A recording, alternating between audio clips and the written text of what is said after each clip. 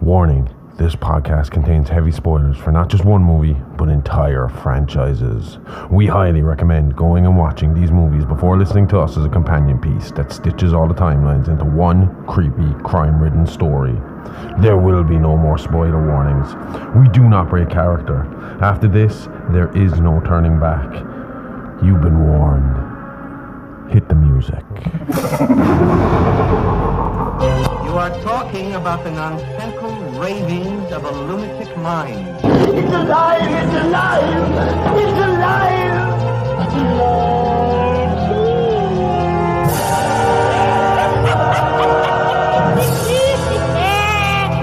It's alive! It's alive! It's alive!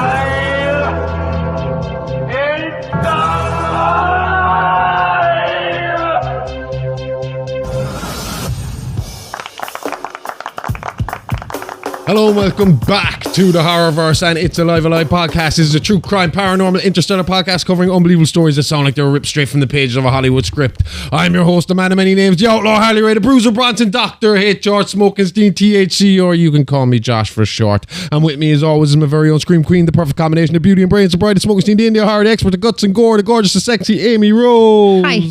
And by my other side is a dog that does not look like he is going to sit down. So we would probably be getting some cameos from Caesar today in the front. If you have a camera view, we're trying camera again. Yes. In our time off, I have been experimenting. So we have the whole HD thing set up. It's either going to be promo shots or it's going to be a whole episode. So he might be on the front here or he might be jumping on top of me. So if you hear he's going to be on the red. He is constantly trying to jump on top of me lately. No, he's like running into you. It's You're not just even diving head first into me and be ready. But we've been missing for a while. About 2 months ago, I said, see you next week. We're taking a week off because Aimee's sick. And here we are. I haven't been sick for 2 months. That's not scary, but it was long enough. It was most of it. Yeah. You've only kind of recovered the last 2 weeks, tops. Do you know? And then we were kind of having technical difficulty and all that stuff. No, I mean, it wasn't anything serious. She wasn't dying or not. But you did injure the one thing we needed, and that was your mouth. Mouth. Yeah. And you're like this really badly infected tooth that then was causing problems with everything else. So you were getting sick, you were getting headaches, you were getting tired, and it was impossible. It's gone now. We tried, for the first week or two, we tried our hardest to record. And the recording sessions were, for an hour of a show, we would be sitting here for 3 or 4 hours because you would keep getting up to go away and like try and take medication or brush your teeth or floss your teeth or wash your teeth, something to try and take the pain away. And it worked. But the problem was you had to get it surgically removed. So then it took a little bit of extra time and that just meant we couldn't get anything going. Until now. we're I'm well back. recovered now though. We are back. Extra And energy. like I said, it gave us time to kind of do a bit of research because I couldn't sleep one night. And I was trying my hardest to figure out how to do this video podcasting thing. Yeah. Because I know there's some people out there who it just comes to instantly. And I'm pretty good with computers. I'm all right with all this stuff. Yeah. I can do it. But it takes me a little while of fiddling and playing with stuff and downloading the wrong thing and then downloading the right thing. And it was driving me crazy that I could not get my HD cameras to record us in HD. They kept coming back. Every time we turned them into webcams, straight down with the quality. And I was like, we look like shit. We look like blurs. There's no point in doing this. A lot of swearing, giving out. Yep, a lot of it. And I was chilling out one night and I couldn't sleep. So I was like, I'm going to figure out how to do this. And the problem is when you look up this stuff online, everybody's a fucking expert. Oh yeah. And everyone thinks you have the money for like all this top quality gear and all that stuff. So you're like, I just need somebody to tell me straight how to do this. What you actually need, possible way right now with what I got right now. The best I can do. And so to cut through the bullshit, I downloaded Podcasting for Dummies. It's about 700 pages. I finished it in the night because it turns out we're doing a lot of shit right. Oh, that's good. So we're doing a lot right. The main thing, and I'm happy I read the book, right? Because it didn't teach me a whole lot about video. But it gave you reassurance. Sent me in the direction of the OBS, which sent me eventually the Cameo that actually worked for me. Camo that actually works for me. And that's what we're working with right now because OBS wouldn't take my phone as the camera. And that was the best camera we had in the house. Yeah, well it is, so in fairness. So, but I learned something. No, listen, hear me out, right? Because I think logically I made the right decision at the time. Fine. Most people could say I could have done a bit more research. I could have done a bit more research and I probably would have gotten it right then at the time. But when we decided to do this, you know me, I'm a bit impulsive when it comes to the buying. And as soon as we decided we were doing this, microphones were at the door within about 2 days. Yeah. And so I went online, I found the best microphones we could afford, and I bought them. And we were packages as podcasting mics. And then I looked them up and I read reviews, and everyone's going on about how good the mics are. And we got the mics. And those mics, you hear a pin drop from across the house. Oh, they would. They're good that way. Too good. Yes. And that was the problem we were having, because every time I spoke, because of my big booming voice, You're picked up on my side. oh, it picked up on your mic, and it was causing shitty echoes. Now, this could be a bit of a trial and error as well, because these are new mics. These are the ones we were supposed to have, and these ones just pick up directly what's in front of them. Now, here's how I got confused. Okay? I was looking up mics. I saw condenser mic. What does condense mean to you? Make it smaller. Smaller. Smush it So in. in my head, that was the mic picks up what is directly in front of it, and that's what we need. Because the other mics were called dynamic mics. You think of something dynamic, you think wide ranging, yeah? It picks up all. It's dynamic. I would think it's a microphone that you could pick up small things with or big noises with. Yeah. So Like- that was my logic. Yeah. That was the way I thought of it, and I bought the condenser mic. Okay. Turns out microphones live in opposite world, and the two are completely the opposite. Condenser mics are really, really good for podcasting if you want to pick up atmosphere, or it's an outside atmosphere or something like that, you know, or you're in a pub or something like that and you're picking up the atmosphere around you and all that up for the interview. It's really good. But for what we're doing, we need dynamic mics, which just pick up what's right in front of them. So that's why every now and again it's going to sound like we get a bit lower, because we're going to forget ourselves and look away and move away from the microphone and be like, shit. It's also called a capacitator microphone in Britain. So Well, that I saw a condenser mic and I just thought make smaller. So I thought that would be the right one. makes no sense. Now, hopefully that means our sound sounds better. That everything is sounding a little smoother. I think We'll it sounds better. We'll see after this. Like I Okay. said, it might take a bit of tinkering, a bit of messing about with it, get the levels right and all that shit. But I think we're on the right path. So we did make some headway while we were stopped. Yeah. And we have a did. plan We with them completely stopped. episodes going forward. We know what we're doing now till the end of Yeah, the year, yeah. and we're ready to fucking just hit the road. Well, that's something I swore I was going to stop doing as well. I got to curse way less on these shows. It's a habit. I just curse, and then I listen to the shows. I'm like, I am cursing too much. Apparently swearing's a sign of intelligence. Well, then I must be really, really smart. Really smart. I just IQ can't through stop. the roof. But the thing is, I understand when I hear it that it doesn't sound very intense. When you curse too much, and when we're doing this, sometimes I get overexcited and it's just F that. And I understand that makes me sound dumb. Yeah. You know? I understand it doesn't I never sound thought nice. you sounded dumb. But if though. I was listening to a podcast where the guy was just effing and blinding for an hour and a half, I'd be like, unless it's Jim Cornette or Bill Burr, I'm not really interested in listening Yeah. to just going, fuck this, fuck that. So, I mean, I know I got to chill that out. And I know I can do it, because when I was wrestling, I was able to do it. You had to. And that was in an atmosphere where you're supposed to be aggressive and fighting with the person. And I was able to insult the shit out of people without cursing once. Never, ever did I curse when I was wrestling. Ever slip out once. Never slipped. Never slipped. My slip-ups was usually calling the wrestler by their real name. We've seen it slip out on TV. And that's usually because I'm hanging out with them afterwards or beforehand, or I trained with them. So every now and again, you'd hear me fighting them and you just hear me call them by their real name or insult them by their real name. I'd be like, shit, damn it. For the audience here. Or was it just in ring like? There's one that's actually on camera and it's very blatant. Right around, I don't know, I just screamed something at Luke and then it was like, oh yeah, your name's not Luke in this one. What was his name at that one? Butch, no.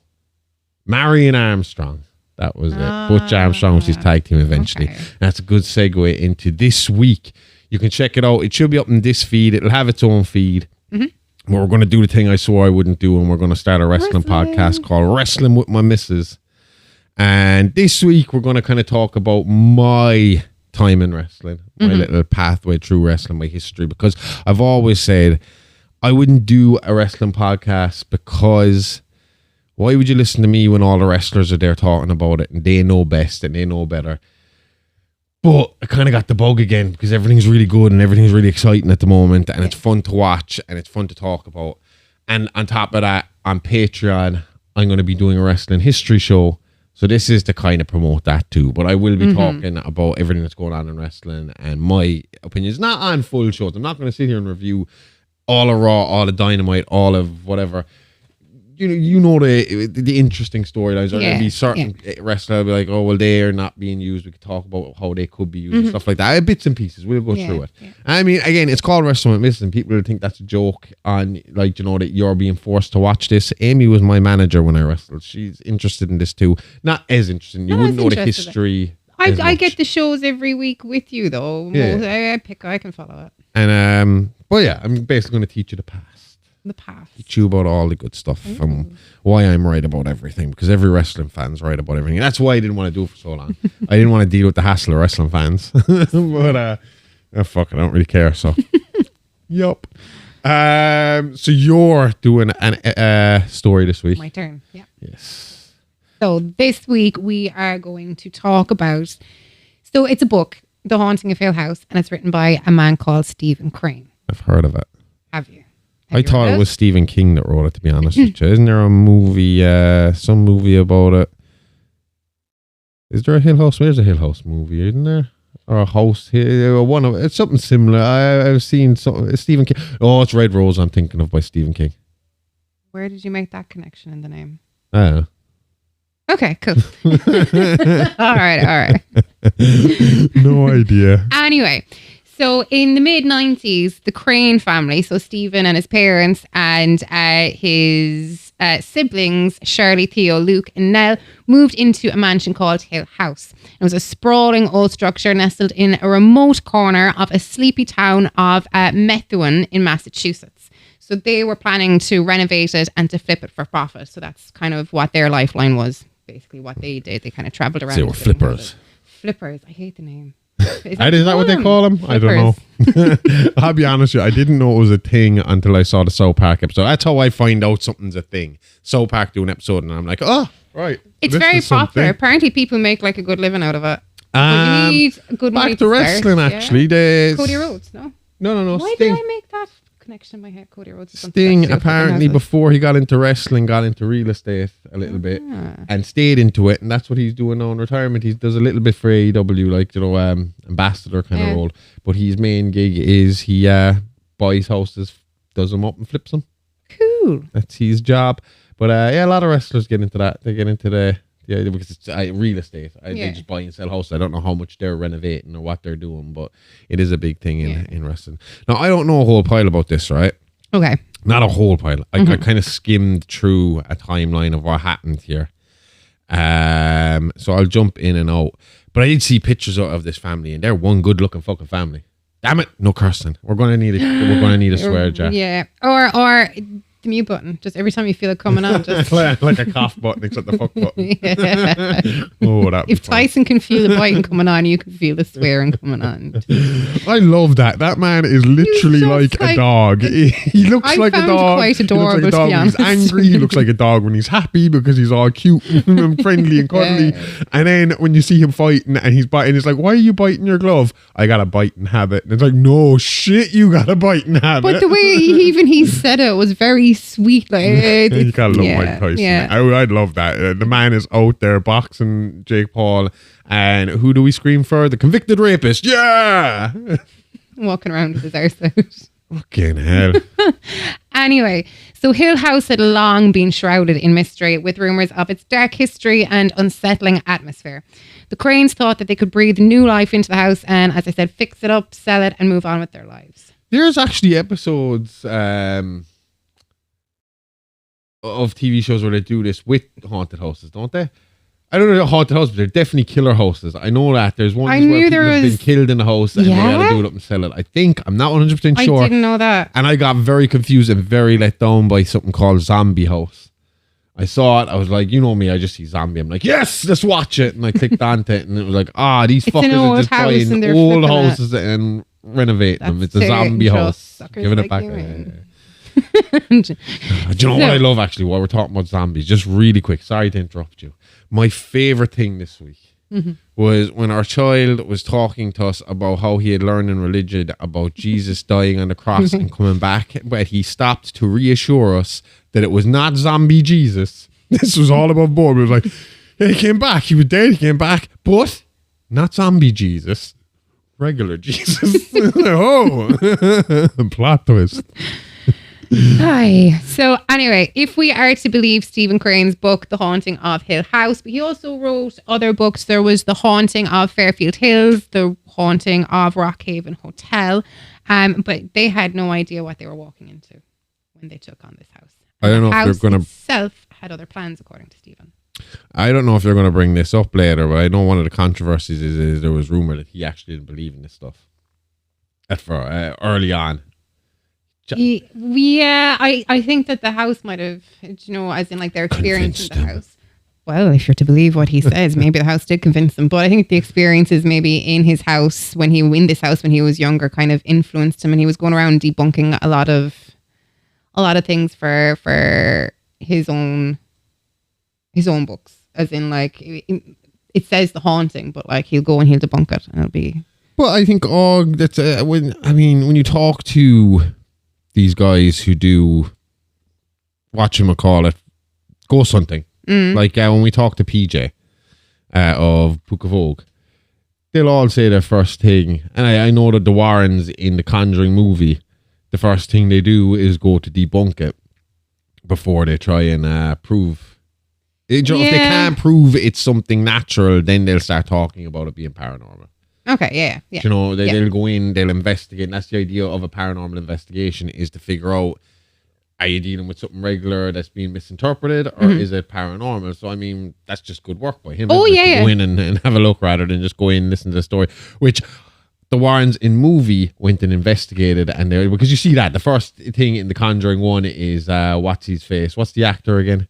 Patrick Wilson up in an attic looking at an old rickety pipe, isn't it? Yeah, I think so. And he's like, that's the noise. And but in real life, what I've heard is Ed and Lorraine Warren walked in, they're like, somebody else be like, I think it's this rickety pipe. Fuck that rickety pipe. Nothing to do with it. It's ghosts. He needs the exorcism. She sees it. What's her name again? Lorraine. See, it's been too long. My brain's gone wiped clean. I couldn't even remember the Warren's name.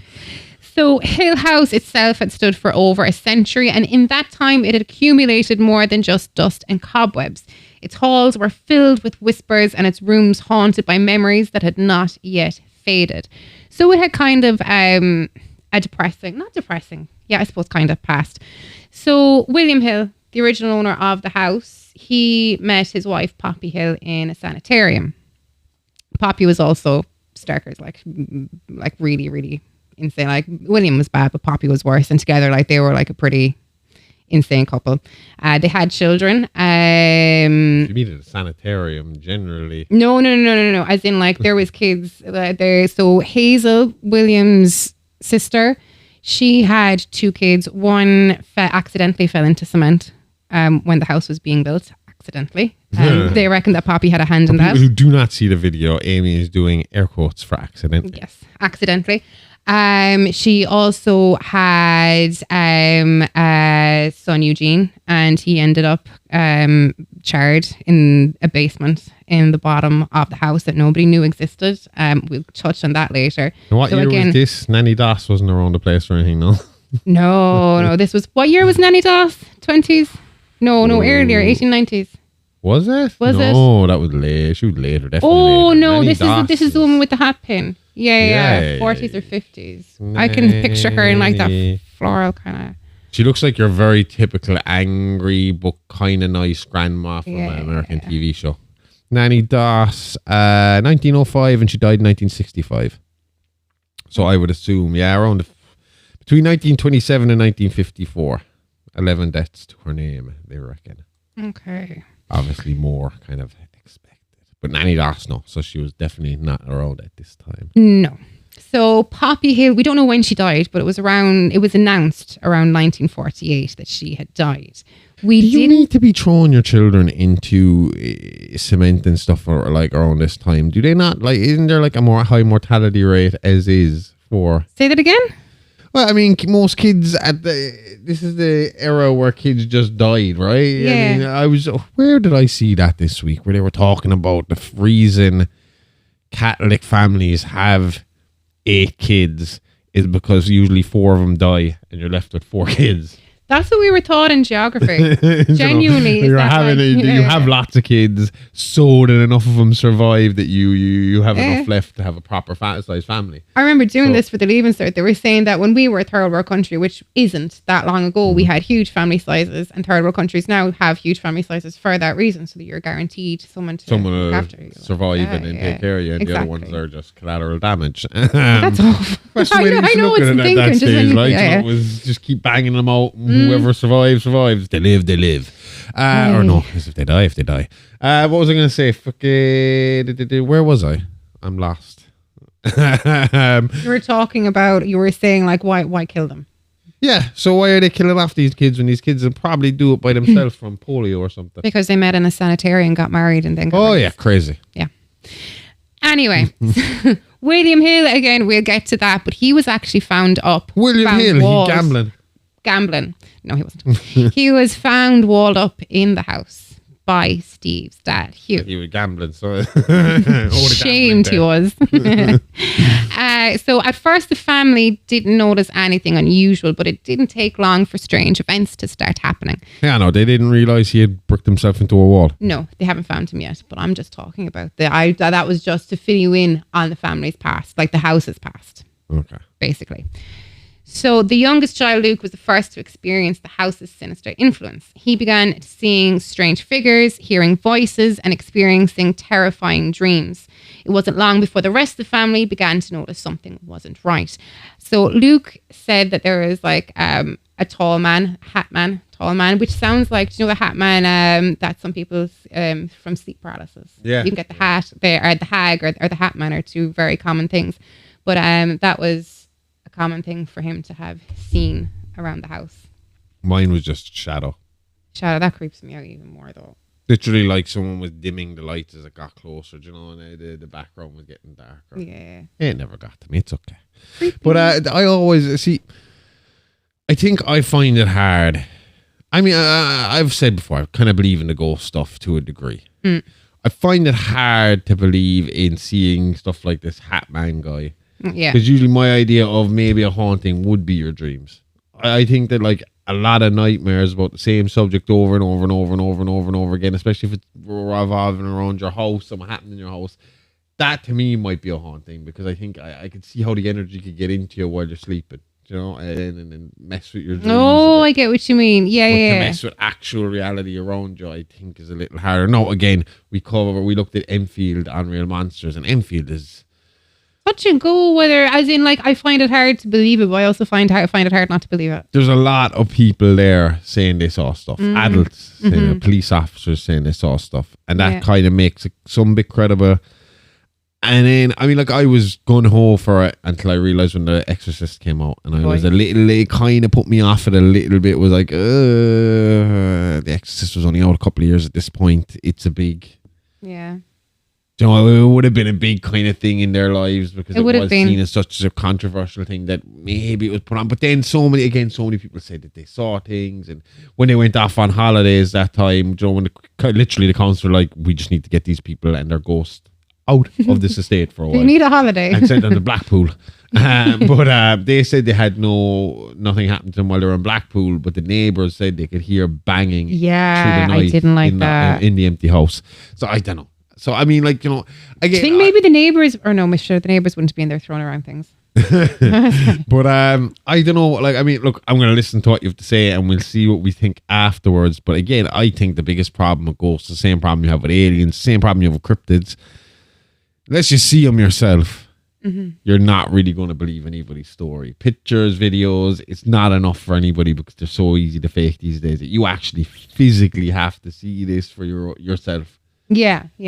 To really truly believe in something. But again, like I said, Enfield had some compelling evidence, so it's... Well, you got excited when we were recording, when we were doing Enfield, and you heard the like knocking on the table. Yeah, I found that funny. That, you know, it's funny how when you get so engrossed in something, how suddenly you're like looking around you. And there was some weird coincidences at the time. Yeah, there was. Falling and knocks had come from here, there, and the other place, and the little ghost energy hunter app thing that I had that picked up those little knocks that was Spirit like, that's box. kind of fucked up, you know, because it was, and when we played it for PJ, he was kind of like, yeah, that's a bit weird, all right, you know. So I don't know, but there was nothing after that. No. You know? We've been safe for a year. Yeah, Be grand. pretty much. I mean, If there is anything here, it's not scary. yeah, it's not after us. It's Yes. happy with the way things are. Yes. So we're good. So according to Stephen, the house seemed to play on their deepest fears, manifesting their anxieties, regrets and secrets. And Olivia, his mother, according to Stephen, grew increasingly distant and paranoid as if the house was slowly taking over her mind. Now, he was saying that it felt like the house... No, this is a high stress situation also, flipping houses. But he said that it was taking over her mind to the extent that like she'd be drawing plans, but like she'd be drawing plans for their forever house, but it's not. It was plans of Hill House, and she'd be like, well, like, no, this is our forever house, and they'd be like, this is the exact plans of Hill House. So kind of nearly became obsessive about it. But Yeah. I suppose like, what way are these people financially? I mean, are they like, do they have multiple houses on the go, or is it a case of we're putting all our money into this one spot? But that's it. I think, and if this goes bust, we're in trouble. yeah, I think that they're financially well off, but that it's all tied up in this house. I mean, like, this house is literally what I becomes said, a obsessive. sprawling mansion. Like, I mean, you're saying it's an old house, which means old houses are obviously going to need a lot of maintenance, a lot of oh yeah, doing up, a lot of fixing. So that's going to drain on your finances. And with any project like that, you have unexpected issues. Well, what actually that you happened start in the from across, house- like people fucking in your walls, bricked into your walls a day, and stuff. but now that you mentioned that, like, I Kids was in going the to talk cement. about it later, but they actually ran into a mold issue. couple and of this is children how in they the foundation. But this is actually how they found William Hill when they were working in the basement of the house. And next thing, they realized that there was damp in the basement. Yeah. So they took down the wall. They called the contractors in. And as they're taking down the wall, they find William Hill bricked in. That's exactly what I've always thought about doing that. Not killing somebody and putting them in our walls. But if we were ever to move, to put a skeleton in the wall somewhere, just a fake skeleton, just to creep out them. Or maybe a creepy doll. I'm not sure yet. Haven't decided. Ooh. Definitely going to put a big Get out under the pentagram wallpaper. somewhere and put some, and put some carpet down and stuff like that. You know, whatever we can do. I like it. I was going to ask something here now. Oh yeah, you said a few minutes ago that it plays off their deepest, darkest fears. That is one of my biggest fears. That if a ghost came at us, that's how it would go for it. It was like, we know what scares you the most. And Like a because- boggart. Basically, because I have constantly made reference to the fact that of all the ghosts, I don't want a shadow person to creep up on me or to peek around the corner. That's all I want. A ghost could like form itself as a person in front of me right now, and I'd be taken aback, but I could deal with the situation.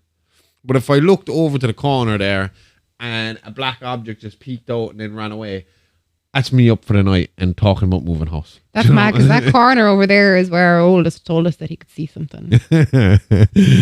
But, saying. so I mean, that's my fear, is that if it wants to feed off of negative energy off of me, then it knows the easiest way to do it now, The button because I've push. constantly said it and it's constantly in my mind that shadow figure is the ghost I'm going to end up seeing, because that's the one that's going to put it, which will scare the living daylights I out of think me. I'm just desensitized to it.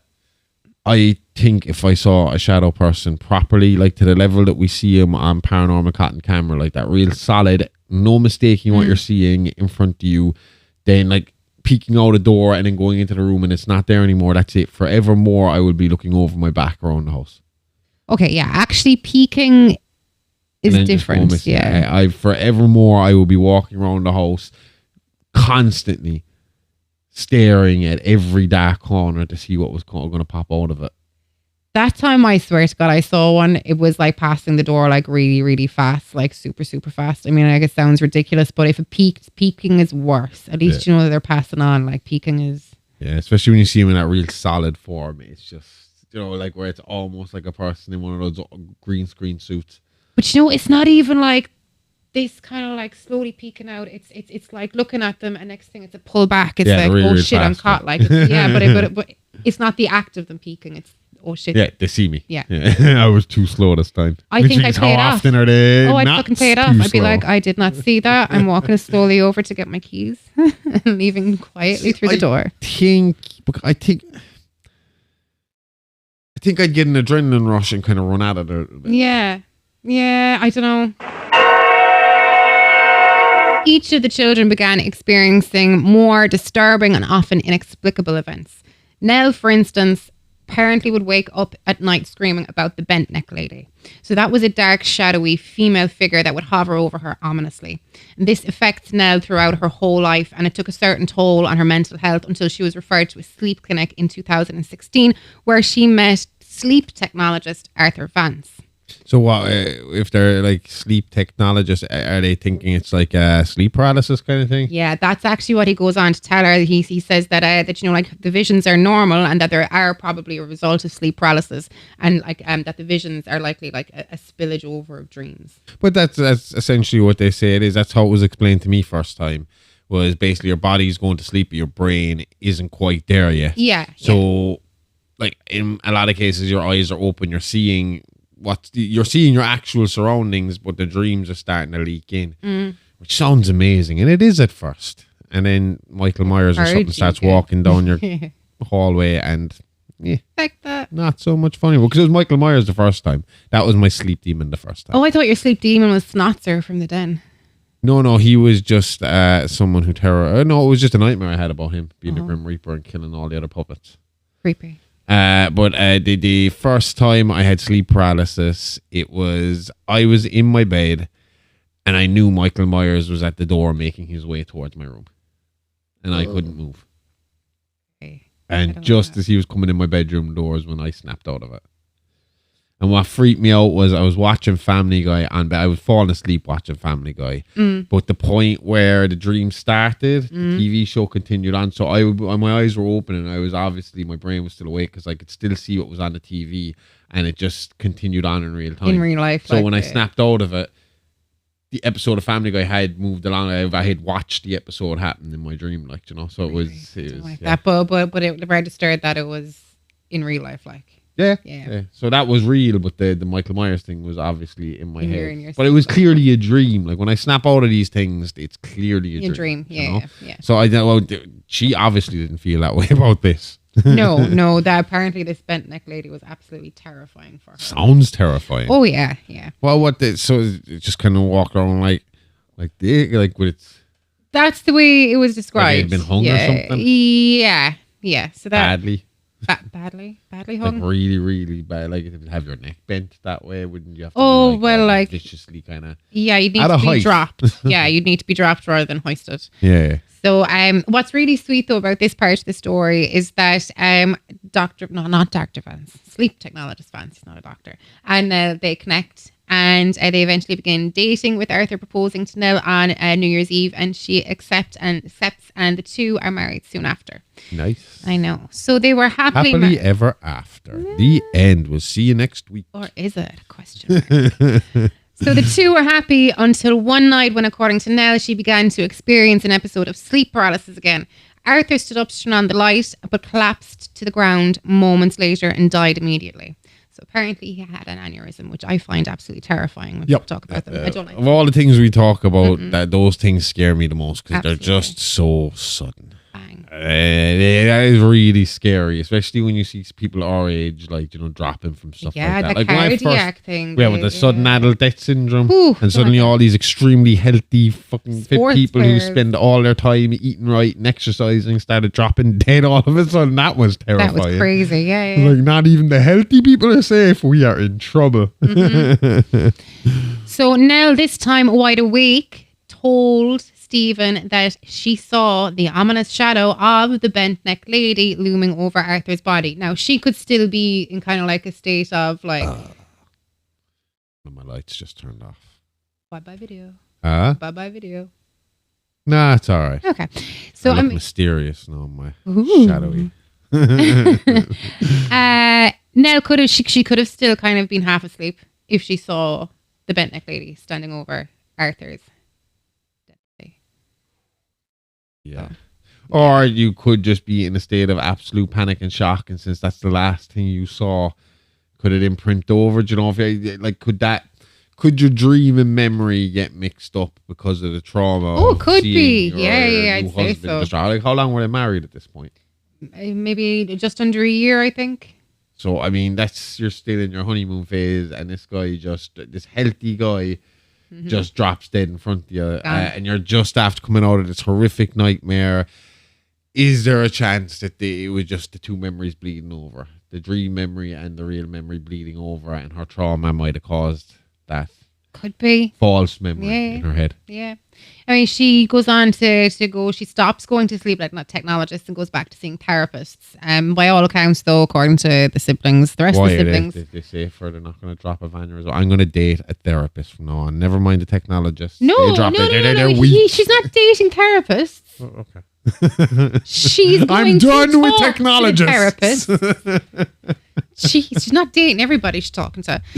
So, by from what we know from the siblings, he wasn't great. You know, he didn't do a whole lot for her. So obviously, it's not a mental issue, according to the siblings. It has to be. Maybe there's more to the bent neck lady. Okay, so they start buying into this. Well, I suppose no, I don't think they really do. I think it's kind of after it's all said and done. Well, I mean, Luke, as I said, he was he had the dark, tall man. But what's funny is he said that this tall guy, which they reckon might have been William Hill, wore a bowler hat. Okay. And when Luke moved into the house when they were younger, he found a bowler hat in the house, and he used to keep that with him the whole time. And when William Hill's body was found rolled up, he was also wearing a bowler hat. Okay. So that's all a bit. And he specifically saw this bowler hat ghost then? He specifically saw this bowler. Did they all have their own ghosts? No. Did they see each other's ghosts? Like, did Nell or what's the other one, Theo, or any of them see the bent neck lady or the bowler hat man? Or that's just Nell's account, the bent neck lady. Okay, and what about the bowler hat dude? The bowler hat dude, so Steve has an encounter with him later on in the story, but doesn't actually see him.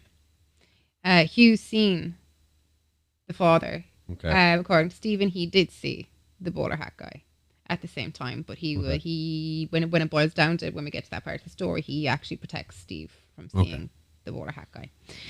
And then Luke one night as well, he has another experience. He's downstairs messing with the dumbwaiter, because you're a kid and you got a dumbwaiter in your house. What else are you gonna do?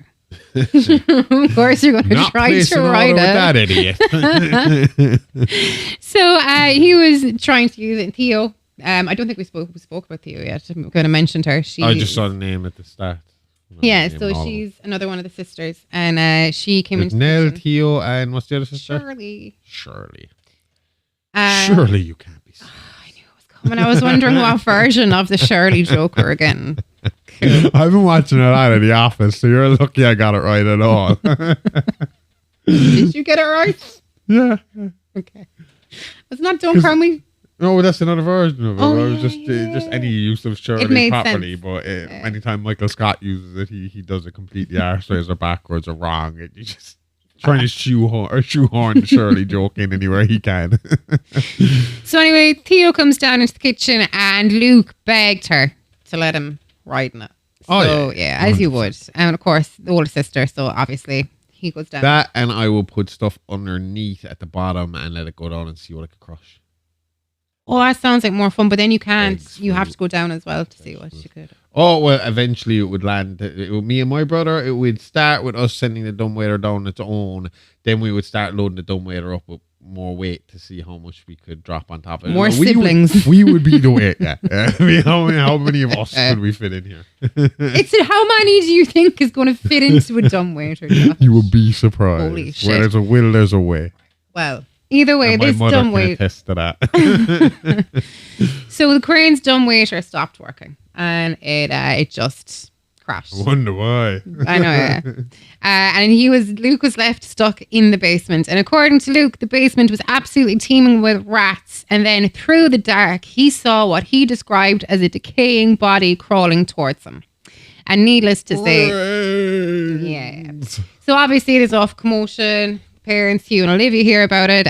They freak, and they got him back up. They didn't believe Luke about this body crawling towards them. Again, our kids have said some weird stuff, and you never really believe them either. Not fully. I mean, I know you say it creeps you out, but you never actually worry that there's somebody in the corner or No, there. when they say shit like that to me, I play it off so the thing in the corner doesn't realise that I clicked to it. What was the one thing you say about the bedroom? He used to wake up and say there was it a woman or something in the room? Was it a man? Oh, no, I can't remember. It was you he was saying it, not me. Yeah, it's creepy. Anyway, so Theo, though, always maintains that she believed Luke about this crawling thingy. And so the house affected Theo too, but Theo was slightly different. So Olivia swore that that they had kind of like this kind of, not a sight, but kind of like a feeling, kind of like, do you know the way it felt? Cunning. No, because we're not calling it that, Sabrina. Ew. Oh, it's such a terrible name for The Shining. Yeah. So basically, after all this happened with Luke and he went to bed, Theo went and did her own investigating and she found a basement that was not on the house plans. But they were actually in her mother's house plans, which is actually extremely creepy, if you ask me. So she didn't have the plans, but she knew it was there. Yeah, she knew the basement was knew there. From walking around the place. I mean, I wouldn't need plans to draw out this house. No, this is pretty well. Oh no! Lay out of this house and say this is where this is. Yeah, but this basement, nobody knew this basement existed. This was an annex basement. How big is this house? When I say sprawling mansion, it was a sprawling mansion. Nice. New England mansion. It was huge. Do you ever have those dreams where you dream that you have an extra room in your house that you didn't know about? Like you find a surprise door. No, but I have a reoccurring dream that my back garden is made out of water and we've adopted a dolphin. That happens quite often. Yeah, we adopt a dolphin. Yeah, but except it's set in like my parents' house, so that, do you know the way the patio door and you have 3 steps? So you go out the patio door and you go down the 3 steps, and then just from the 3 steps right down it's water. And we have, do you know the way like you can adopt a tiger, but you don't actually adopt a tiger. We actually Unless it's you. adopted the dolphin. I have no more space for a jungle after we put in the water. No, I've had dreams that we have like an extra room in the house. Like I'd be walking around the house and suddenly I'd find another door or a little trap door and we go through it and there'd be a whole other room there. I think that would be as in like that would be a dream if we bought a house and we found a secret passage or a trap door. I've had that dream a few times. Be class. So in this basement, Theo found books and she brought the books to show Olivia. And what's in the books? There wasn't a whole lot in the books, but this is when basically Olivia tells her that she found the room and she found the books because she was gifted with this sight that we were talking about. So she said so was her mother, Olivia's mother, and that she believed too that Theo was gifted with this sight, but it was kind of like a stronger kind of sight. Yeah, we talked about that. I made a joke about it 2 seconds ago. We talked about this during last year when we talked about the Overlook Hotel, and Danny Torrance had a special sight that he called The Shining. Exactly. Yeah. Remember I referenced it a few seconds ago when I was talking about the cunning. And this is, she kind of, it really goes on emotions for her as well. So when she touches people, she can feel their emotions. She can feel like... so this isn't Danny Torrance, so this is Lorraine like Warren territory. She can see things that might have happened. She can feel like a lot of emotions, but she gets very easily overwhelmed. And her mother tells her, she gives her a pair of gloves and says, like, this will make things easier. You are rogue, though. Oh yeah, class. Get the blonde money pieces. But and she goes through the rest of her life wearing the gloves, and apparently it does help. So I'm kind of inclined to believe that she did. How was their mother's mental health? Not great. Because this seems like she just basically told all these PA kids that they were, We're getting there. We are definitely getting there, but her mental health special magical powers, daughter. I kind of believe Theo might have had. Future. I don't think she could tell the future. What could you do then? You past, you could see things that happened. You could feel their emotions, like, do you know, that kind of way. Yeah. If you can hear the rustling on the mic, the dog is now up with me, and he cannot make up his mind what way he wants to lie. And now he's just licking my shorts. So nice. Shirley, then the oldest sister, she was out in the expansive gardens. She went into a shed that was owned. Not owned. It was on her website. I was on her Shirley's website for the funeral home. Yeah. Well, looks fancy. Yeah, would you be buried there? Would you avail of their service?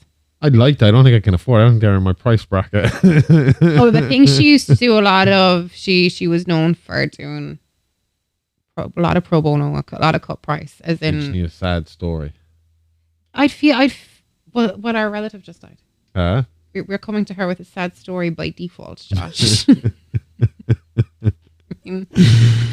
So Shirley, when she was out in the gardens and she heard all this kind of like crying coming from Mr. Dudley's shed. Mr. Dudley, he was the caretaker of the house, so he used to the gardens.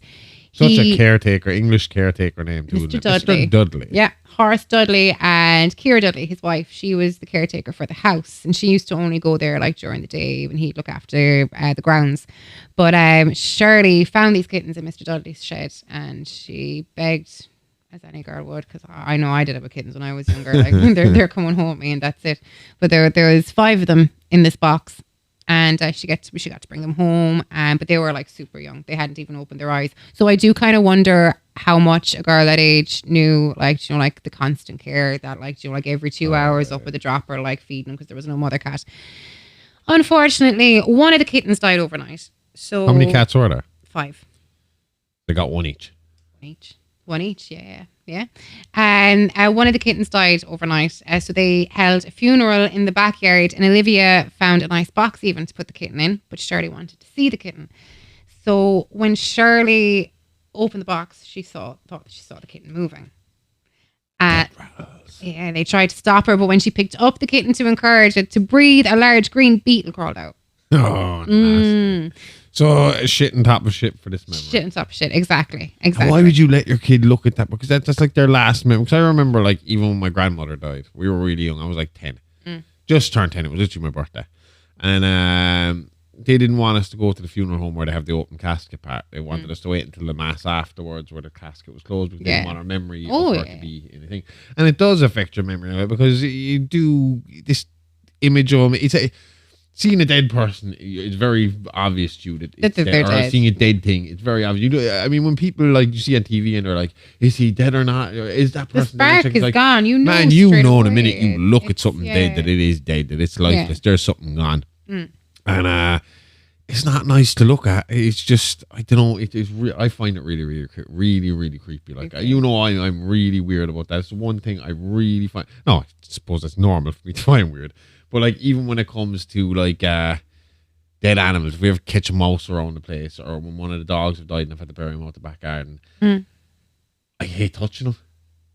I hate the feeling of the stiffness and everything. And when you see, like, or hear of these kind of things where they're, like, touching the you even said it to me one time about your hamster. The guinea pigs. Yeah, no, I'm just thinking about them. But it was the rigid, the coldness.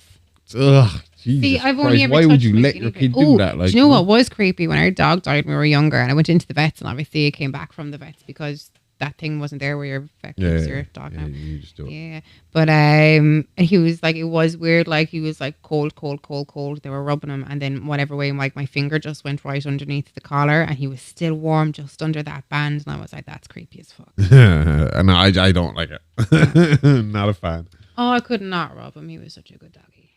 But anyway, so the next morning then, when Shirley woke and checked on the kittens in the box, they all passed away.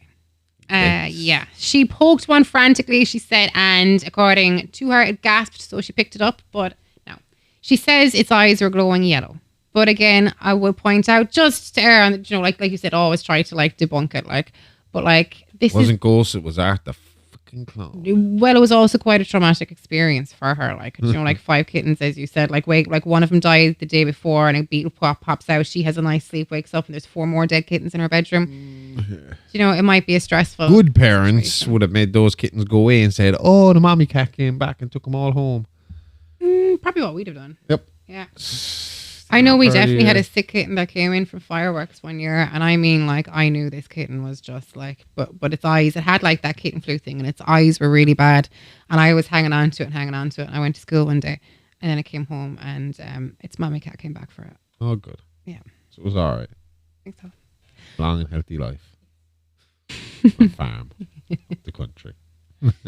So Stephen's experiences while they lived in the house, they were a little bit different. And while he did experience the alleged paranormal happenings firsthand when he was older, when they eventually returned to the house, while he lived there, he kind of witnessed it through Olivia instead. So he really starts to notice Olivia's decline.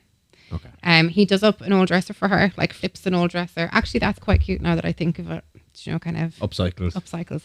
Yeah, and he presents it to her, and she's like falling over it, like absolutely delighted with it. And next thing, bang, she just rams her fist into the mirror, just like So I mean, like she's. What year do we say this was? This is the 90s? Early 90s, in around 1992. 1992, yeah. Still, you wouldn't have really had the best in mental health kind of facilities and stuff like that at that point, would you? I mean, like these things still went kind of unnoticed under the radar, Yeah, they would have. It's not like anyone would have instantly known what was wrong with her. Exactly. Yeah. So, and actually, I would point out this so-called red room. Actually, that might be being why you were Red Rose. Oh, red room. Okay, so there was this room that everybody called the red room, and it was in the house, and it was locked, and nobody could get into it. Now, Stephen said that when he was younger, he could hear people in it, like that there was a few times that he thought he could hear people in it. Shirley, so they did have a secret room. They did. Well, it wasn't a secret; they just couldn't get into it. Shirley and Nell tried their hardest to get into it, and they convinced Mr. Dudley to give them the master key for the house. So they got the master key for the house, and that wouldn't work either. If I owned a house and there was a room I couldn't get into, no matter how hard I tried, that's what I'm saying. I just knocked the door down. Mm-hmm. Now, this would come full circle. We'll talk about the red room again later, but when they were younger, there was no getting into that red room, or so they thought. Okay. Yeah. So, we've already talked about the dampness in the house and William Hill being found. There's also this mad storm where Olivia just experiences this time lapse. With the body in the wall, before we go into time lapses, with the body in the wall, is that one of those things that I assume they would have known who that was almost straight away, and they would have closed that case straight away, or would that have completely put them behind again? Would they have had to have stop construction and waited for stuff to be investigated, or was this just a kind of well, we knew this guy was missing, thanks for solving the case. 1948 is when he went missing. So it's a historic case. 50 years at that stage is probably case closed. Fine. But they wouldn't think to there was no other family members from that time that they needed to go looking for. Not alive. Obviously they found the kid in the cement before he buried him. And his sister Hazel died in the 70s. We know that. I'm not too sure what she died of, but Kira Dudley, the caretaker's house, or the caretaker's wife, used to mind her during the day, but she didn't like the house, and she would only go there during the day because when they were first married, she fell pregnant, and she would often do double, triple shifts looking after Hazel in the house, and she gave. Sense of being a new parent, you got money. And exactly, and she didn't like the house, made her feel uneasy, and she had a stillbirth. And she put it down to the house. So, it was the house that caused it. Or maybe the triple shifts on your already stressed out body. Well, there's that as well. Yeah. Serving someone else when you probably should be lying down being served. Mm-hmm. Yeah. Well, there's that too. So Olivia's losing touch with reality at this stage, and she became obsessed with the idea of keeping the family together. And the storm. So we were talking about the storm as well. Yeah. So she was experiencing time lapse during the storm. So all the lights just went out. There was no warning of the storm at all. From what they could tell, it was just in their little area. All the lights went out. Nell went missing when they were trying to look for flashlights. So they were frantically running around the house looking for her. At one stage, Hugh said that he thought that the lightning, the wind was so bad that it was this massive window blew in. That didn't actually happen, but he was starting to question. Yeah. It was aliens. They were abducted. Time lapses, damage done that was repaired afterwards before they left. And people going missing and turning back up again. Aliens or ghosts. Aliens. So they're all running around looking for Nell, and they all come back into the main foyer. Is that what you call it, of the house? I have heard of foyers. I don't know what they are. If you stepped inside our front door, you kind of call that our foyer, I suppose. Call that my hall. It's our reception hall. No, I don't think it is. Yeah. So when they all meet back in the main hall, Olivia's convinced that she's been running around for ages, absolute ages. And Nell's just standing there going, I've been here all the time.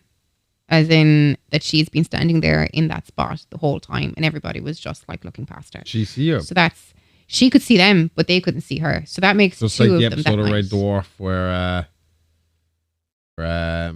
Lister ran out of credit. The Red Dwarf crew were taking the company was taken over by a new company who dealt in micro charges, and he was being charged for his sight of stuff for that company. Oh, and then he ran couldn't out pick of up credits things and stuff. and he couldn't see. I remember that. Mm-hmm.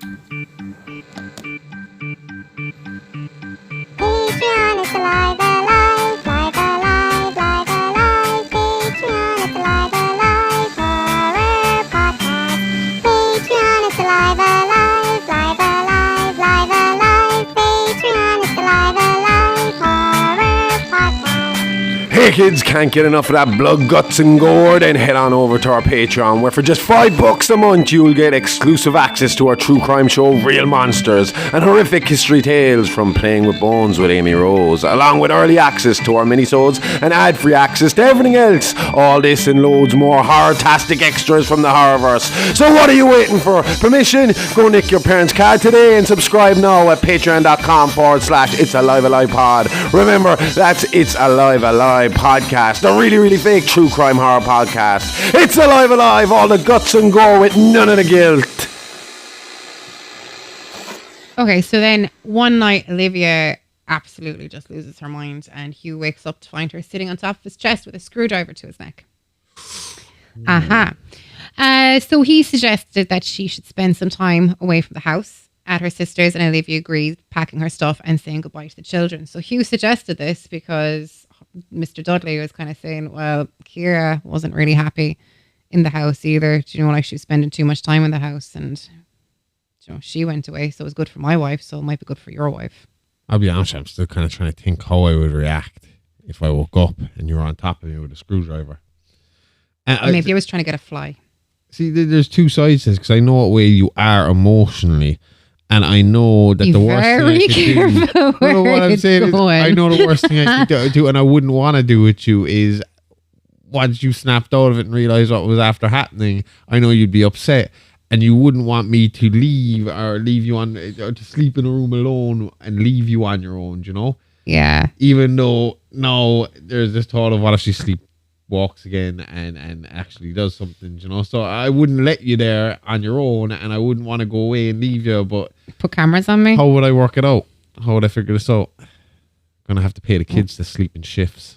Tie me to the bed. One of them can watch for the first half a night, and then you know, have 4 hours each. Right, he can sit there for 4 hours, and then Phil can come in and sit there for 4 hours, and I can sleep. Or you could sit there and watch me sleep. But they can watch us both sleep.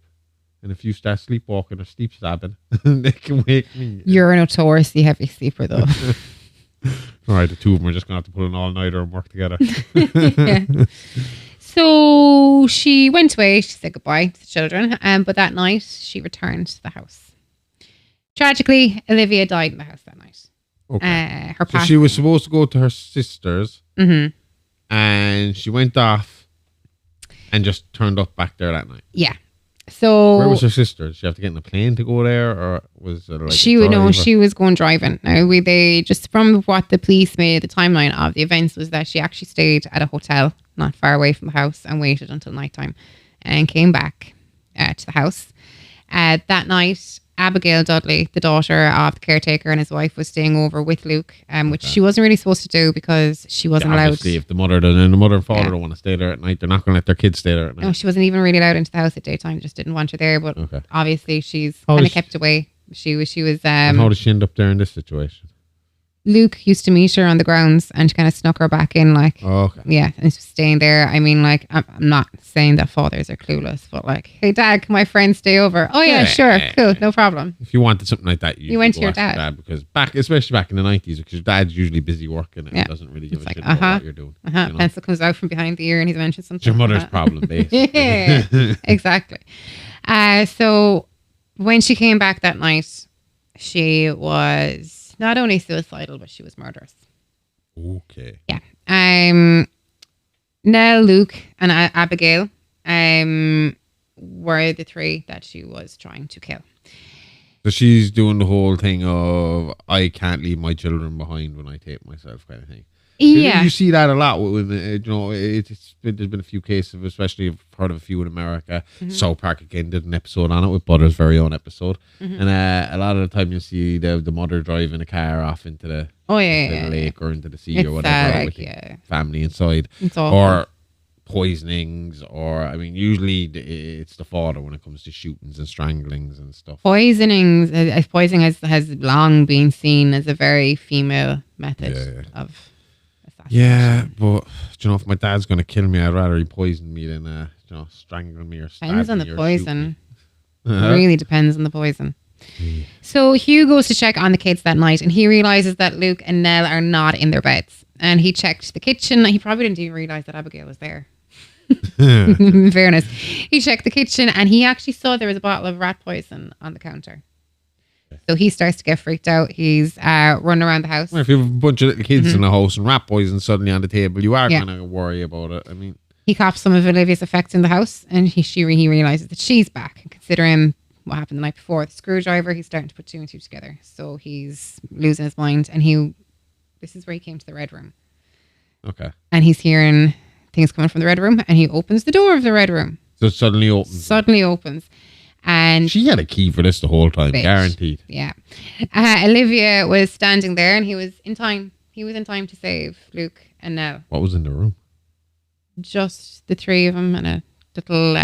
She had it set up for what you call it? Tea party. Okay. Yeah, that's all that was in the room. It was just an empty room, and it was set up by Olivia as a tea party with all the little proper. Keep all the kids busy, and get them to drink the poison. Yeah, exactly. And Abigail was dead. Abigail actually drank the tea. So her parents were right. Exactly. So Hugh grabs Luke and Nell. He runs them out to the car. He came back for Shirley and Theo. He brings them out to the car, and he comes back for Stephen. Now, Stephen's big enough at this stage. I mean, he's a bit older than Riley. He wouldn't normally carry a child that age. Hugh woke him up. He picked him up. He said, we're going to run out of this house, and you're going to close your eyes, and you're not going to look behind me. And he said, whatever you do, you do not look.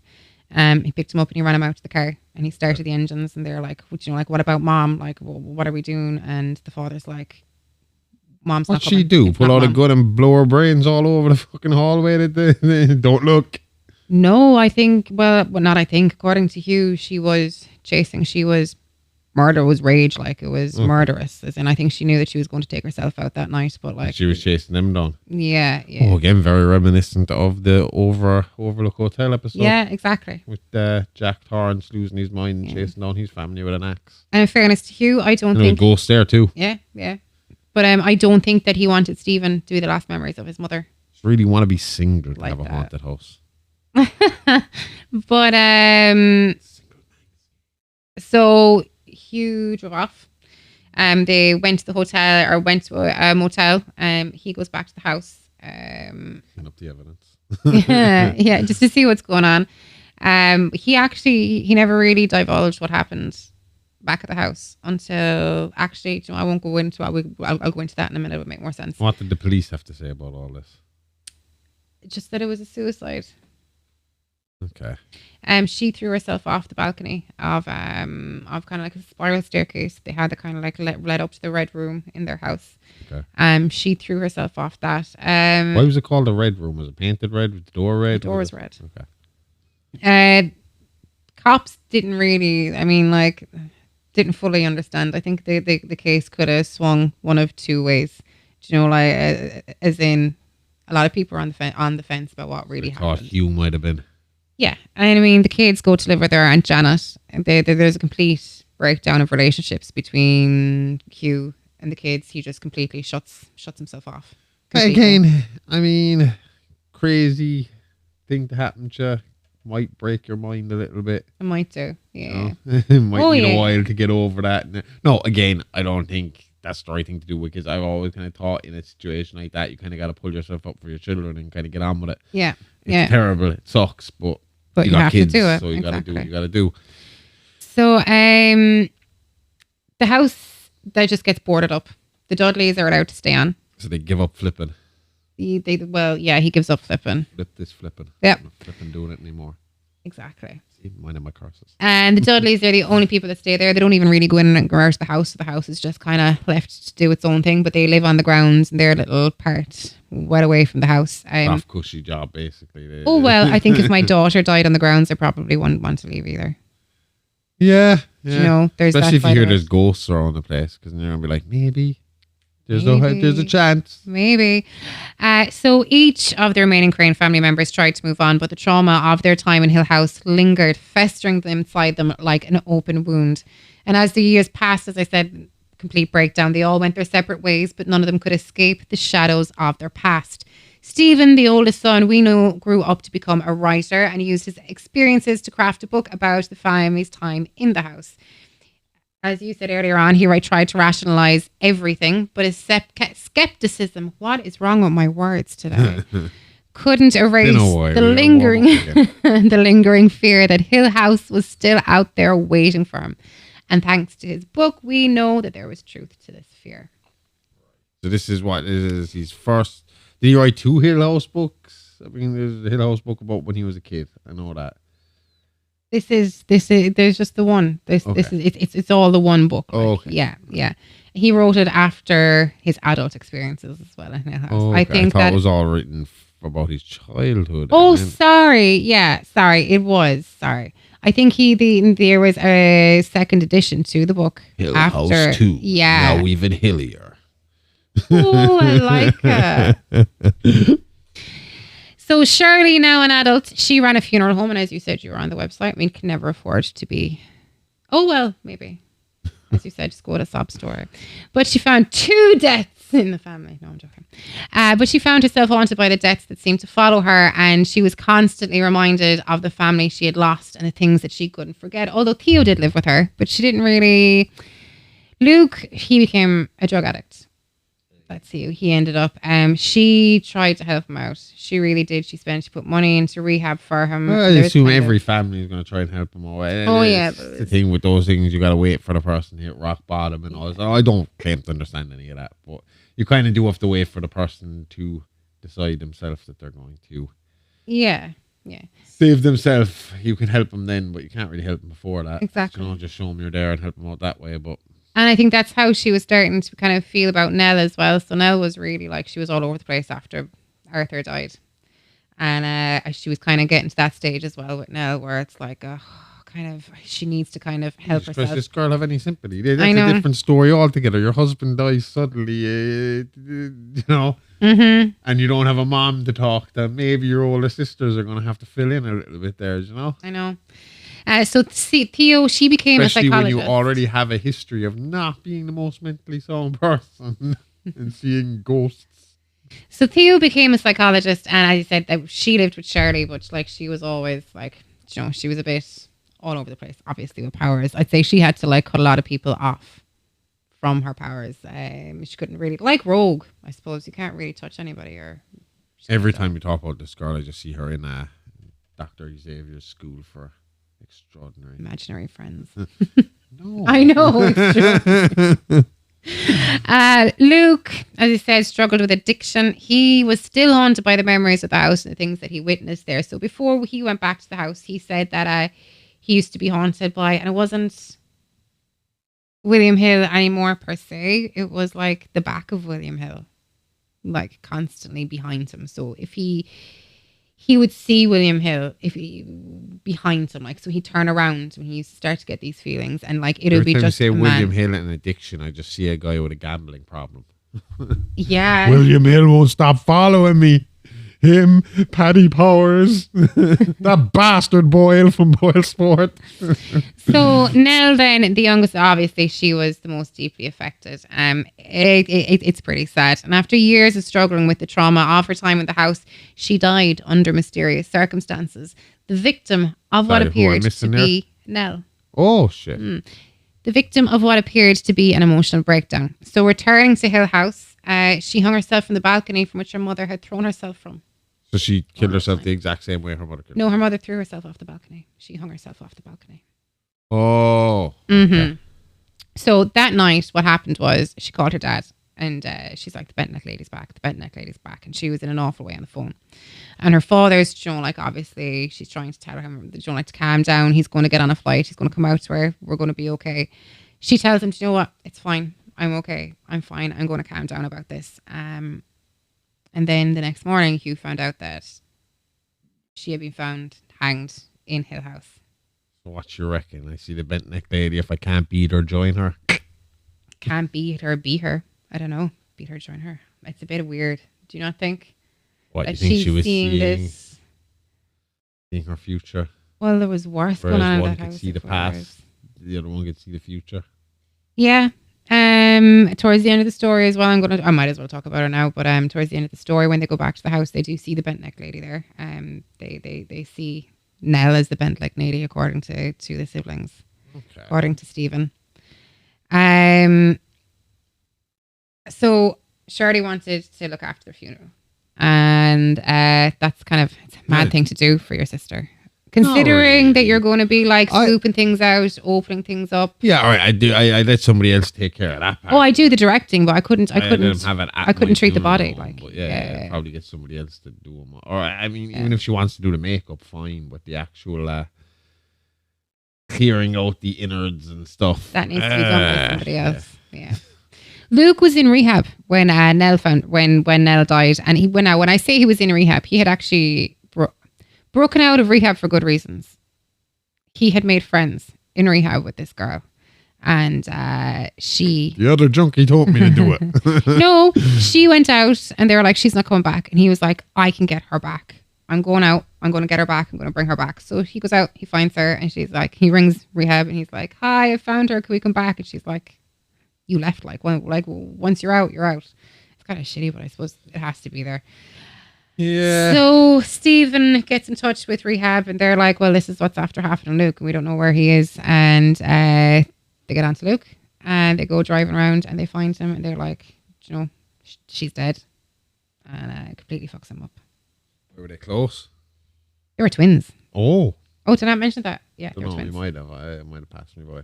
They were twins, so Lots it's a of them pretty there. shitty thing. I can imagine it's like having an arm cut off. Yeah. They say about that kind of thing. And they were close to as twins, obviously. Oh, they were close as twins. Yeah, extremely close as twins.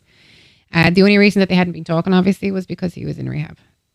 She was having mental breakdown. And she was having a mental breakdown as well. Yeah, that's right. Give me So one egg that should stay together. there was mad shit as well going on at the funeral. The lights went off the funeral home as well the night before the funeral home when all the family was gathered. Well, maybe if she was charging for the funeral, she could keep the lights on. Exactly. When the lights came back on, there was a button over each of Nell's eyes in the casket. And everybody was like, right, well, which one of you did that? And Mexican standoff kind of thing. Well, not really. They were all just pissed off at each other. Tension's high. And at this point in he was their drinking a life, bit. how many of them actually believe in the Hill House stuff? I would say all of them except Stephen. Admittedly, openly admit. Not admittedly, openly. I'd say all of them do except Stephen. I'd say even Stephen has something at the back of his mind. But yeah, so tensions are high. Actually, Theo tried to kiss Shirley's husband that night. Oh, thank God. Oh, do you think I was going There was to say only that? brothers and sisters No. there. No, there was only brothers and sisters there up until this point. And you were like kissed. I was like, whoa, are we about to take a weird left turn? Game of Thrones time. Yeah. So everything is getting like really shitty and really strained between them. It all comes to a blow, and Hugh is like, right, well, this is what actually went down that night, and I didn't tell you because I don't want you going back to that house. You can't go back to that house. I didn't want your mother to remember you like this, but the house, or I didn't want you to remember your mother like this. Sorry. The house, it'll take over. It is basically what he believed. It's the house that So did he the damage. fully believed 100% what the, because I was saying earlier, the mother obviously kind of messed with their heads a little bit with her mental illness, saying about these ghosts and stuff like this. But the father now, also Hugh, he also believes 100% that the house is haunted. Oh yeah, he believes 100% that the house is haunted, but he also, according to Stephen, talks to Olivia every so often over to the side. All right, well, okay. Well, maybe he is. Maybe, yeah. I think what really reinforced it for the siblings was the fact that the Dudley stayed. So they were like, Hugh was all for burning down the house. And they were like, do not burn down this house. We will stay. We will take care of it. Our daughter's here. And according to Kira, when she died, she wanted to die in that house so that she could be with Abigail. Because according to Kira, she had first-hand experience of the ghosts as well. Okay. Which is why she wouldn't stay at night. So these, outside of the Crain family, we have 2 actual witnesses or claimed witnesses to ghosts as well. Yeah. Even though the witnesses are people who are telling them the stories about the ghosts as well. Say that again. The witnesses. Well, I mean, like, realistically, the people who put it into, what was the mother's name again? Olivia. Olivia's brain, mentally ill brain, or the Dudleys. Oh, the Dudleys never told her. They would have had to tell her the stories of Hill House to put it in her head to begin with. Cause her mental illness to form into that kind of manifest into that kind of thing. That's like, you know, if that was it, maybe it was ghosts. Maybe it was ghosts. I think that's really sad though. As in, like, you know, like, this is where I'm going to stay for the rest of my life, and when I die, I'm going back into that. Well, I suppose it's nice in one way. Yeah, you know, you'll be with your family forever. Yeah, that's true. So they decided, from all like the weird shit going on, shit happening with Nell, Luke, like they can't live their lives like that anymore. They felt that they kind of the presence of the house was kind of coming back in them. So they're like, you know what, we're going to burn this shit down. So they were like, essentially their brain was infected by the whole, even though they had left the house, it was like, whatever was in the house had latched onto them and was following them everywhere they went. That the house was almost like sentient. Like a lot of times they say like your haunting isn't necessarily on the house. Sometimes it can be on the person. In this case, you're saying it seems like it was a bit of both. That the house was haunted primarily. Yeah. But since they had been in there, they were like marked by it. Yeah. And it was kind of following them around the place. Trying to draw them back in. Exactly. Okay. Exactly. In Japan as well, most of the time it's hauntings, like they're in a house, but most of the time it's the person's haunted rather than the house. So they go back to the house. 4 of them go up to the Red Room. Hugh goes as well. What actually went on in the Red Room? I mean, it's the 4 siblings, doesn't it? What went on in the Red Room? I was expecting a completely different story when I heard about this. No, I'm joking. So when they get in, Luke is there. He's passed out. It looks like he might have been overdosed again. They try to get back out of the Red Room, bring Luke back out of the Red Room, and they can't bring him back out of the Red Room, like, because the door's locked. Hugh is there on the other side trying to break down the door, get to them. And then the 4 of them say that they see Nell. See, again, if I was going to debunk this, I would say the father showed signs that he is, after taking on the mother's kind of mentality, would he have locked the door behind him and then banged against it, pretending to be trying to get him out? Maybe, but then how do you see the dead sister? Illness runs in the family, so I don't know. I mean, it's a traumatic situation. I don't know. I can't explain that, but I will say that, I mean, the father doesn't exactly sound like the soundest of mind either. Well, he doesn't, because when the door does eventually open, he's like, I'm staying here with Nell and your mom, and I've just popped a shitload of pills. And he kills himself in the house that night. Jesus Christ. And he overdoses. Yeah. He's dead, but he's joined the party. So he's the same idea as Mrs. Dudley. He's like, yeah, I'm just going to see out eternity here. My thing is, could you live with your neighbour? The Dudleys now has to live on about Mrs. Dudley. Like, what about this bent neck? Oh no, well, we know who the bent neck lady is. No, but what about this bowler hat dude and all these other scary ghosts walking around the place? So I want to be around them all the time. I don't want to be around them. We've seen Ghosts, the sitcom. I'd be around them. So I mean, it's that situation. That's where you are. What you're dealing with for eternity. You know, you're roaming this one house with these group of people. How big is the house? And these people seem to be aggressive. Oh, these people are aggressive. These people are aggressive. Like when they went back into the house, Hugh said that, or not Hugh, Stephen said that he was with you. This is what I was saying about the border guy, the tall hat man. Yeah. That he thought like he saw this outline of like a shadowy figure, and they were like coming in to the hall, kind of coming up to the staircase where Olivia had thrown herself from and Nell had hung herself from, and Hugh was like, "Close your eyes." close your eyes and like don't look at the exact same way that he was doing it when the night that Olivia died. So Steve closed his eyes and you can feel all this breathing on his cheeks. But that's you told him it was the tall guy. And again, not to keep shitting on the idea, but again, you do have that kind of mass hysteria kind of idea as well. Oh yeah.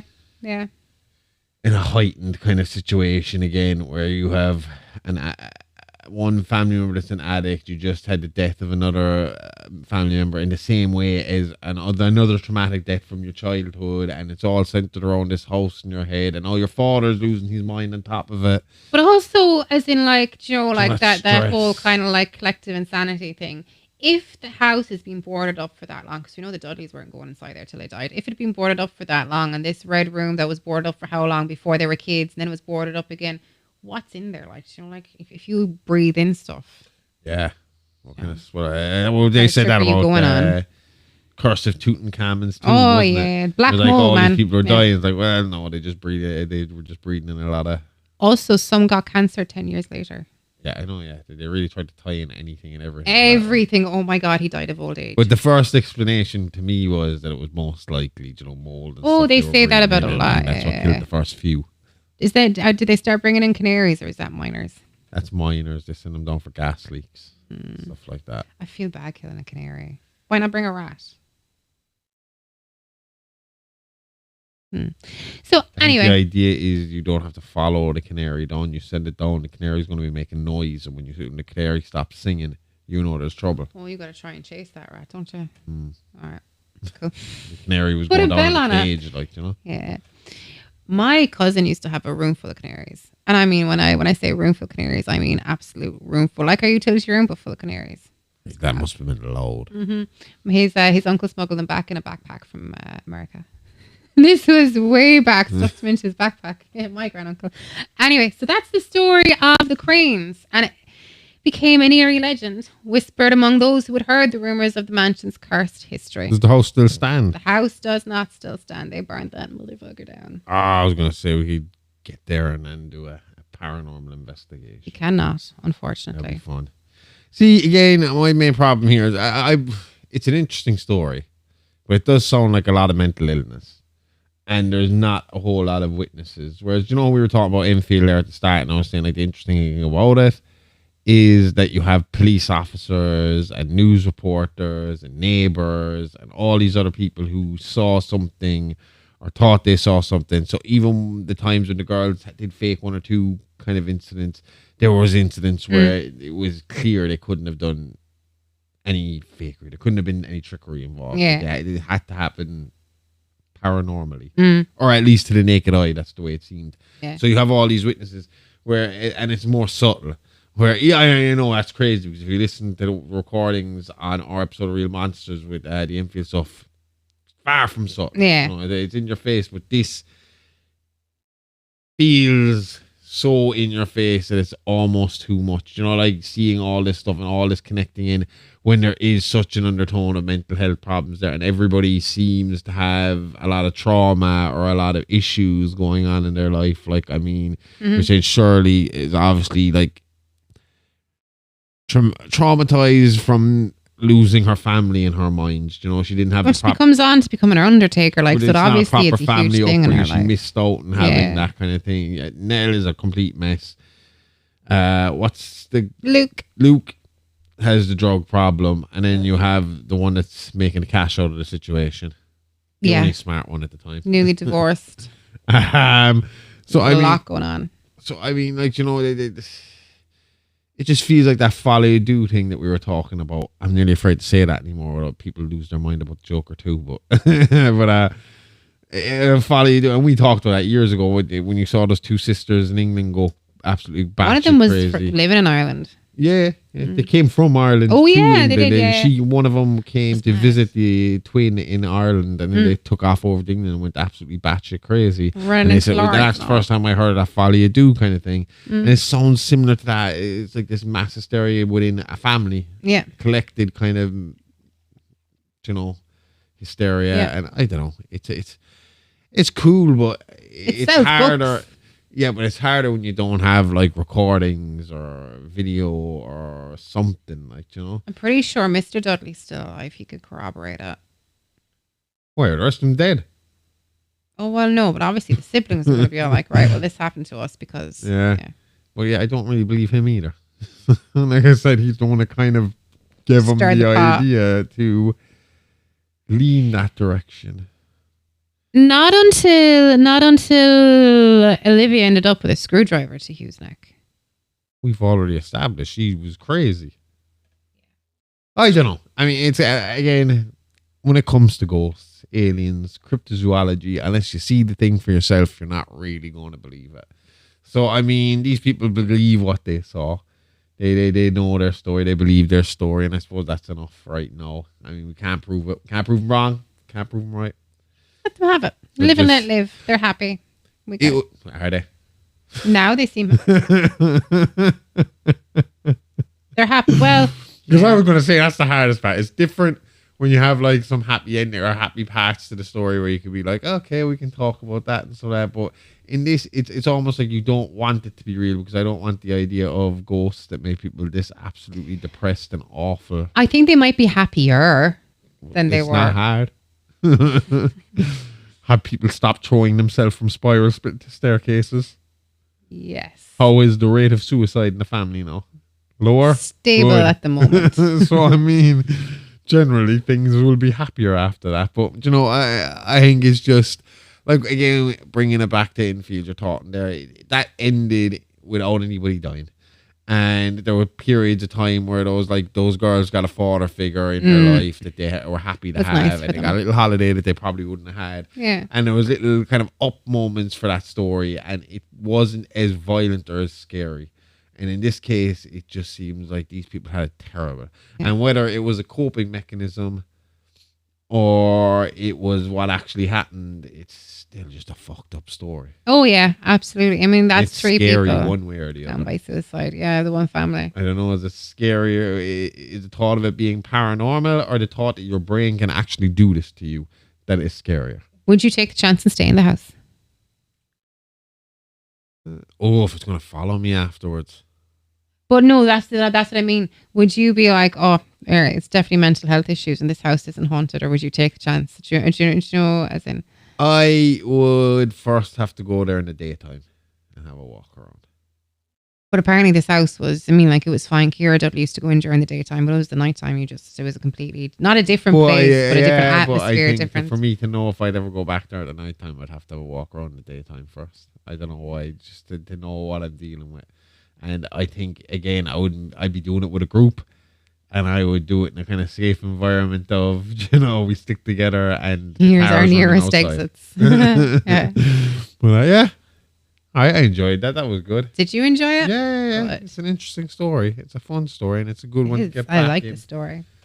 Back with, again, you know, with a nice ghosty story. Ghost or crazy people. We do a lot of crazy people, so we'll call it ghost. Because we'll be back to crazy people next week. I think you should say crazy people. Whoa, how else would you describe Charles Lee Ray? I call him crazy. Yeah. And come back next week, because we were planning this for Halloween. It was supposed to be our Halloween special. Mhm. We had our anniversary show, and then we did 2 more shows, and everything went to shit. And then now we're back, and our Halloween special is now our leading into Christmas special. Hang on, we're only 11 days past Halloween. 20 days past Halloween. So we are now leading into into our our... Christmas special. Well, by the time this is over, because it's going to take me a couple of weeks to get through. Oh, it's gonna yeah. be fun. I suppose, yeah. And now we're trying to balance out how we're doing things. So you're going to have more of a hand in the story with me this time. Because usually last year I've kind of been writing a lot of stories. This is you kind of writing the story today. And next week onwards, we're going to try and mix and blend, where we're both going to be doing a little bit here and there. So a little more fluid, Yes. a little more back and forth. So I'm looking forward to that. And I've been looking forward to that for a long, long time. But I wanted to have a nice microphone before I kicked into that too. So I I'm know, you're happy with delighted that. with your microphones. Well, we'll see, and we're going to find out. We're finishing the episode now, and when I go to edit it, I'll find out how good this fucking microphone really is or It's isn't. good. It's fine. We will find out. So Hopefully as well, when I'm finished this, I will go and check the video, and if we have a good video, then this will be up as video format on Yay. Patreon at Alive Alive Pod. It's been a while since I've done this. Alive Alive Pod? Yeah, for Patreon. That it is. Where you will find real monsters, and this week you will also be getting Wrestling with My Missus, but that'll be on Spotify and all other places like Apple and YouTube and Google and all the other places. However, as headlines this week, we're going to talk about our 30 for 30 from Halloween, 31 for 31 from Halloween, but mine's actually like 50 something for 31 because I went crazy with it. But we're going to talk all movies this week on the Horrorverse headlines, everything, including all the big stuff we missed over the last month that we couldn't talk about. Not that we missed, we saw it in time. Them. We just couldn't talk about them. them. So I mean, like we've the substance to talk about. We have Terrifier 3 to talk about, and people are going to be sick. I don't know if I should be advertising that because people might be sick of it at this stage. Talk about that. But there's a long list. I mean, I really made it a thing to get in a lot of classics. You did, in fairness, too. So I did, and we'll talk about that. Outside that, you can find us on all socials at Alive Alive Pod, and that is it until next week. Remember, Patreon. It's Alive Alive Pod or Alive Alive Pod? I thought you were looking that up. I am. I won't scroll. Uh-huh. I have it here. Josh, this is terrible. We can't put this out. She's awful. See, I always say when I write this stuff, Aimee, it's all in front of us. Nice and handy where you can see it. Oh my God. That's on Patreon at It's Alive Alive Pod. At It's Alive Alive Pod. See, I knew that. I was just testing you. I am so disappointed. I was testing you. That is $4.99, $5 a month, and you get the first month. My balls. You get 7 days, and you'll be happy with it. Free month. What are you trying to do? Eat me out of house and home? So yeah, enjoy the first 7 days. There's loads of stuff up there. There is episodes of our old shows like Mini Monsters, the old version of Real Monsters, Behind the Mask. There's all our new stuff like Playing with Bones. Mm-hmm. There is all the new Real Monsters, and soon there will be Wrestling with Time, along with all our mainstream stuff that goes up there for free. So if you don't want to listen to us on Spotify, you can go straight to Patreon, or you can go to the Patreon feed on Spotify, and you will also find all our free stuff there as well to listen to. So like this episode and all the other stuff that comes with it. But if you want to see our beautiful faces on video in HD, because I worked hard to get us in HD, you can subscribe and see it here on Patreon, and hopefully if it's worked today, we will be doing it for everything. Yes. Everything. Hopefully. We'll see. That's it. I think we got it. We're back. We're back, baby. See you next week. Bye-bye. Love you. Bye-bye.